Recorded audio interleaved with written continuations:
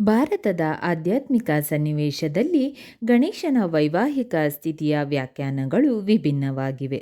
ಕೆಲವು ಸಂಪ್ರದಾಯಗಳಲ್ಲಿ ಅವರನ್ನು ಯಾವಾಗಲೂ ಪದವಿ ಪಡೆದು ಪೂಜಿಸಲಾಗುತ್ತದೆ, ಶುದ್ಧ ಅಚಲವಾದ ಮೇಲೆ ಕೇಂದ್ರೀಕರಿಸುತ್ತದೆ. ಆದಾಗ್ಯೂ ಇತರರಲ್ಲಿ ಅವರನ್ನು ಇಬ್ಬರು ದೈವಿಕ ಪತ್ನಿಯರೊಂದಿಗೆ ಆಚರಿಸಲಾಗುತ್ತದೆ, ರಿದ್ದಿ ಮತ್ತು ಸಿದ್ಧಿ.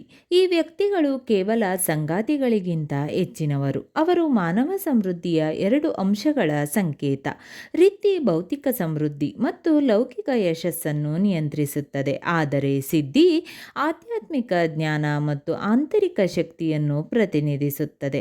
ಒಟ್ಟಾಗಿ ಅವರು ಮೂರ್ತ ಮತ್ತು ಪಾರಲೌಕಿಕ ನಡುವಿನ ಸೇತುವೆಯಾಗಿ ಗಣೇಶನ ಪಾತ್ರವನ್ನು ಪ್ರತಿಬಿಂಬಿಸುತ್ತಾರೆ. ಇದು ಲೌಕಿಕ ಚಟುವಟಿಕೆಗಳನ್ನು ದೈವಿಕ ಜ್ಞಾನದೊಂದಿಗೆ ಸಮನ್ವಯಗೊಳಿಸುತ್ತದೆ.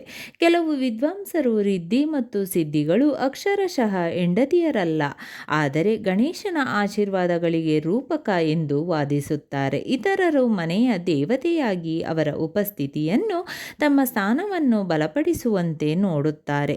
ಇದು ದೇಶೀಯ ಜೀವನ ಮತ್ತು ಕುಟುಂಬ ಬಂಧಗಳನ್ನು ಅಳವಡಿಸಿಕೊಳ್ಳುತ್ತದೆ.